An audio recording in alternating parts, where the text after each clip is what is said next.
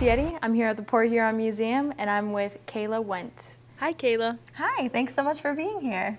So, what is this? So we have a really cool artifact here from the collection. This is actually a surgical kit.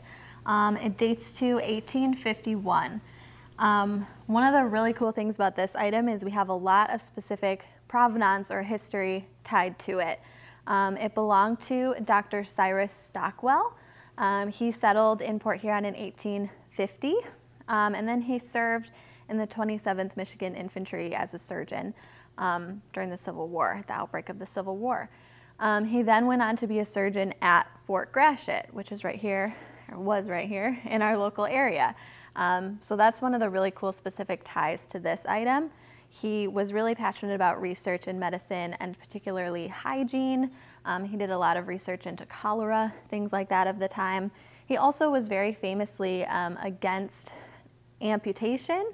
So at that time, during the Civil War, that was pretty common practice to save people's lives from their really bad injuries or illnesses. But he sort of believed that sometimes it did more harm than good, so he really kind of only practiced amputation when absolutely necessary, which is kind of interesting given the biggest thing in this kit is the bone saw right at the top.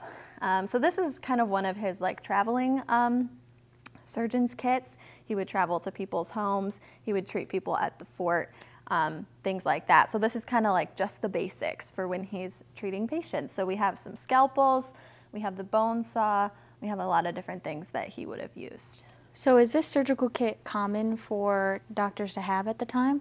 Yeah, it would have been a common thing, kind of like a little go bag like doctors have. Yeah, this would be kind of his basic utensils for operations. This would be carried everywhere with them, right? Yeah. Has this object seen a lot of love? Yeah, so this is a really well-loved object, particularly because I mentioned we know so much about its owner. We're always really excited when that happens at the museum. Most of our items were just donated outright from people who wanted to preserve history, but it's really exciting when they have a specific tie to a person like that. So currently this item is in our visible storage gallery, so you can see it here at the Carnegie Museum down in the visible storage gallery. But the other really cool thing about this item and other items from our medical collection is they're about to have a new home at the Fort Gratiot Light Station at Lighthouse Park. The Port Huron Museum owns the Fort Gratiot Post Hospital building. So it's on the grounds there. It has been in possession of the museum since about 2000, and we've been doing extensive restoration efforts for so many years. The hospital building was actually moved from the original fort location and split into two residences over on what is now St. Clair Street. And then during about the 70s and 80s, 1970s, they did a lot of archaeological research in that area and found that those two structures actually belonged together and used to be at the fort grounds. So that was really exciting. It was moved to the Lighthouse Park, was put back together, and so we've been restoring it in order to have an exhibit on military and medical history in the area. So we're really excited. This surgical kit, a lot of other pieces from our medical collection are going to have a new home at the hospital exhibit, which should be opening this year. That's really exciting. Yeah, we're excited. Is this surgical kit common now, or is it more rare today?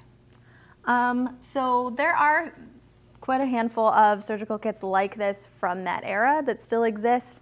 But the coolest part about this one is that we know the owner. So it's not necessarily rare, but it is rare in that sense that we have a lot of ties to the local history. Yeah.